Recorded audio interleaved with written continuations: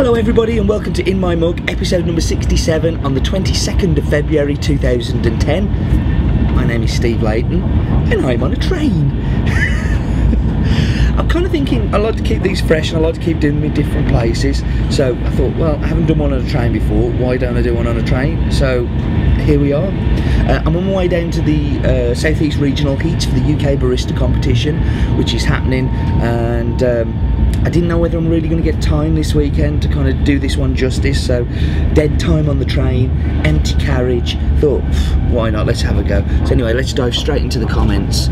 So we've, again, because I'm doing this on it's on the Saturday before going out on the Monday, hopefully I'll get most of the comments in, but do apologise if I miss your comments out.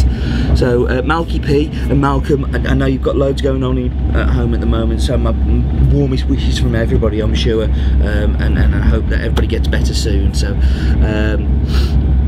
it was interesting. Colin said that he likes to give espressos to his customers to smell, and I think that, you know, the aromas, we've talked about this over and over again, that the aromas are dead important on coffee.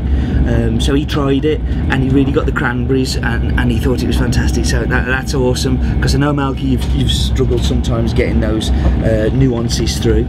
So Emil says, I love this coffee, the best in a long time, very nice red fruit, good idea with the audio mug, In My Mug audio versions, and thank you for all of the feedback on that. It does seem like it was a good idea. Wendy in Quebec put, just opened on Nicaraguan coffee and enjoying it immensely. This subscription is proving to be a blast. That's our Canadian subscriber, so I think it's crazy that we send this coffee all over the world. Roland Glue said, it's exciting to be part of the international endeavour, and a good Perky P mention. Audio Tantrum was good, but odd in parts of the pictures. Yeah, no, the Tamper Tantrum that we do also. Oh, excuse me, I wish we edited these. We did an audio version for the Tamper Tantrum as well. Love the coffee, particularly in the ear brick. Fantastic. Keith Perry said, not sure about this one, didn't work as an espresso for him. It is a very bright one and there are lots of fruits and kind of acidity in there, so I can understand why it may not work. Wendy came up again and said, any tips on how to keep the wonderful coffees unground for a while, as they're presently lined up in a chilly cupboard? Wendy, I'm going to send you an email, but if you go onto the website, there's a bit at the top that says FAQ, and there's a bit in there about storing coffee. Really, it's just about storing them in a plastic container if you can. It doesn't have to be. Keep them in that Ziploc bag, that's the perfect place. Cool cupboard is awesome, out of any direct sunlight that could age it prematurely, stuff like that. But there is a little piece on that in our FAQ, so do have a dive into there. And then Paul S said, like this coffee in an espresso, bright and fruity, but it was a bit lost in a latte. Unbelievable bean size, and it was a big old bean. So thank you very much for that. Not throwing the laptop at the camera, no. So coffee I'm going to talk about today came as a little bit of a bolt out of the blue. There are many times in my coffee life where I've had these kind of epiphany moments that have made me stop, reevaluate what we're doing and kind of go, geez, we're really lucky to be doing this, and this was one of them. I actually popped a tweet out, and I can't remember exactly what it said, but it was just like, wow, I think I've just had one of those moments, and it was a stunning moment on the cupping table. Can't tell you masses about it. It's from a small cooperative in Malawi. Now, I've never seen any good coffee from Malawi at all, so this to hit the cupping table was a big surprise. When it did, it was just kind of like, okay, well, we need to find out a bit about this. The cooperative is called the Msese cooperative, and we've actually got two, and there'll be another one coming online in the next week or so. But it was just like, whoa, where did this come from?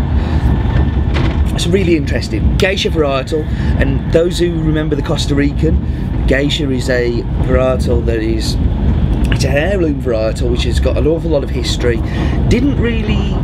Doesn't have a high yield, isn't particularly a nice plant to grow, and all of those things. So it seemed to die away up until around about 6 years ago, when in Panama, Lara Esmeralda brought out a small micro lot of 5 geisha trees that they, 5 bags worth of geisha trees that they had on the farm. and it fetched an unbelievable price. I mean, to this day, it's still the world's most expensive coffee. Went at auction for $130 a pound, which is just obscene prices, you know, just really, really high. So what happened, there was a real rush for people to plant Geisha on the back of it. You know, there's just everywhere they started planting Geisha. There was a time a couple of years ago that every Origin trip I went on, somebody, oh, do you want to see our Geisha plants? No, not really. You know, for me, it's got to be whether it's good on the table and good in the cup. So it caused me a great deal of concern that Geisha was going to kind of take over and really affect the quality of the coffees coming through. We saw with the Costa Rica one that was one that was planted how great that can be, and it really did catch me quite blind. With this one, it's a little bit different because this wasn't one of the rush to plants. This is one that was already there. It's just been there and nobody really paid a lot of attention to it. All of a sudden, people are paying attention, and they've got this coffee that's finding markets that may not otherwise find markets. So really excited to cup it. Can't wait to dive into it. So yeah, why don't I whap you on pause? I'll go away and brew the coffee, and yeah, we'll see what it tastes like. Right, so I'm back, so I've got the AeroPress set up. I'm going to add some hot water to the AeroPress that's inverted upside down. Really wish I had a stirrer, but I don't, so it's really going to be about agitation. Don't know how this is going to work out.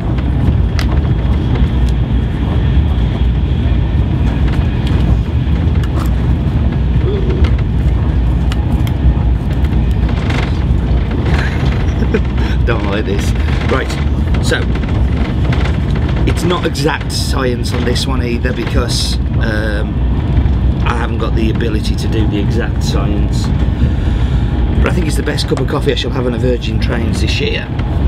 So turn it round. I'm just gonna try and push down. Sorry, this is going to be lots of me being quiet on this and lots of close-ups, because this is the best camera shot I can get, and lots of me feeling nervous when people come past. So there we go, coffee done. Let's just pop that there for a second and top the rest up with water, and there we have a cup of coffee. So while that's going, I haven't got a snozzer in a bowl, but I've got a snozzer in a bag. So the coffee is Malawi and Geisha. I've never tasted a good Malawi coffee. I've never tasted any Malawi coffee before. This is kind of a first for me. I mean, straight off the nose, you get this real kind of summer fruity, almost like pineapple, tropical fruits, real zing in the nose.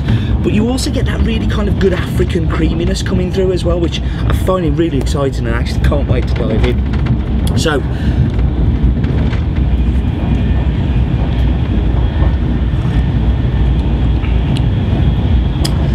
on the front end, you get a really big bite of creaminess, and that's the biggest thing with this coffee. You can smell it, you can taste it, really creamy, really smooth, fantastic textured mouthfeel, but that tropical fruit just comes running through.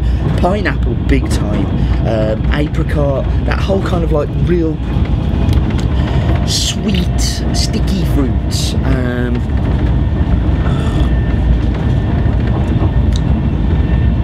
You know, I really enjoy that kind of.